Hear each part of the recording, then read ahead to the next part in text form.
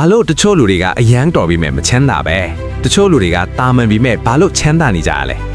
ပတ်စံဆိုတာတင်ချအတွက်နေတဲ့တင်းရဲ့စိတ်နေစိတ်ထားအပေါ်မှာမူတည်ပါတယ် Morgan Housel ရဲ့ The Psychology of Money စာအုပ်ထဲကလူတိုင်းတည်ထားတဲ့သင်ခန်းစာ9ခုကိုပြောပြပေးပါမယ် No one's crazy ပထမတစ်ချက်ကဘယ်သူမှအယူမဟုတ်ဘူးဆိုတာပါ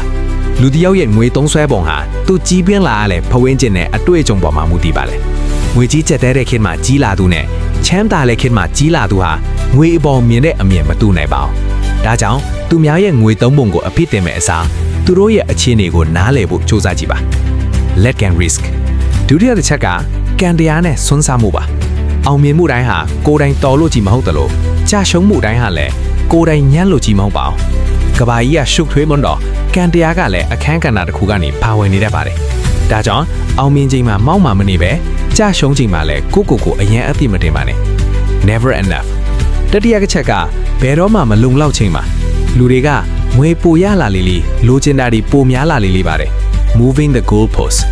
အဲ့ဒီလိုလိုက်နေရင်းနဲ့ကိုမှရှိပြီးသားအဖိုးတန်တဲ့အရာတွေဥပမာမိသားစုဂုဏ်သိက္ခာတွေကိုဆုံးရှုံးသွားရပါတယ်ဘယ်နေရာမှာရက်ရမလဲဆိုရယ်လုံလောက်ပြီးဆိုတဲ့အသည့်ကအရေးကြီးဆုံးပါပဲ Getting wealthy versus staying wealthy စတုတ္တတစ်ချက်ကချမ်းသာအောင်လုပ်တာနဲ့ချမ်းသာမှုကိုထိမ့်သိမ့်တာမတူဘူးဆိုတာပါချမ်းသာမှုအတွက်ကတော့စွန့်စားရမယ်အကောင်းမြင်ရမယ်ဒါပေမဲ့ချမ်းသာမှုကိုထိမ့်သိမ့်ဖို့အတွက်ကတော့ချိုးချံချွေတားရမယ်ပြီးတော့ဒါတွေအားလုံးတစ်နေ့မှာပျောက်သွားနိုင်တယ်ဆိုတဲ့စိုးရင်စိတ် humility ရှိရပါမယ် time နောက်ဆုံးသင်ခန်းစာကတော့အချိန်ပါပဲ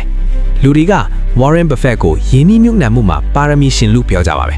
ဒါပေမဲ့သူ့ရဲ့တကယ်လူလျှော်ခက်ကပါရမီမဟုတ်ပါဘူးအချိန်ပါပဲသူဟာအသက်17နှစ်နဲ့ကစားပြီးယင်းနှိမ့်နှံခဲ့တာပါသူပိုင်ဆိုင်တဲ့ကြွယ်ဝမှုရဲ့90%ကျော်ဟာသူအသက်65နှစ်နောက်ပိုင်းမှာရလာတာဖြစ်ပါတယ်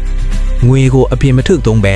ရလာတဲ့အမြတ်ကိုထပ်ခါပြန်ရင်းနှီးမြှုပ်နှံတဲ့ reinvesting စနစ်ကိုဆယ်စုနှစ်နာနီဆက်တိုက်လုပ်ခဲ့တာကြောင့်သူ့ရဲ့ပိုင်ဆိုင်မှုဟာနှင်းဘောလုံးလိုပဲတဖြည်းဖြည်းနဲ့အစမတန်ကြီးထွားလာခဲ့တာပါဈေးကွက်ထဲမှာလူတွေအကုန်ကြောက်လန့်ပြီး share တွေ plan တွေရောင်းနေတဲ့အချိန်ဥပမာစီးပွားရေးပြက်ခတ်တွေမှာသူကရဲဝံ့ဝဲလေးရှိပါတယ်လူတွေလောဘတက်နေရင်ကြောက်ပါလူတွေကြောက်နေရင်လောဘတက်ပါဆိုတဲ့သူ့ရဲ့စီးနှင်းကိုတသွေးမတိလိုက်နာခဲ့တာကသူ့ကိုတထေးကြီးချစ်စေခဲ့တာပါတိုးပြောရင်သူဟာစောစတင်တဲ့စီးကန်းရှိခဲ့ပြီးတော့အလွန်စိတ်ရှိပါတယ်ဒီအချက်တွေကသူ့ကိုကမ္ဘာအချမ်းသာဆုံးစီးရင်ထဲမှာနှစ်ပေါင်းများစွာရပ်တည်နိုင်အောင်လုပ်ပေးခဲ့တာပါဖြစ်ပါတယ်ဒီဗီဒီယိုကတင်တူအကျိုးရှိစေတဲ့ဆိုရင် like နဲ့ subscribe လုပ်ထားဖို့မမေ့ပါဘူးနော်အားလုံးပဲနေ့ရက်တိုင်းကျမ်းမာချမ်းသာနိုင်ကြပါစေ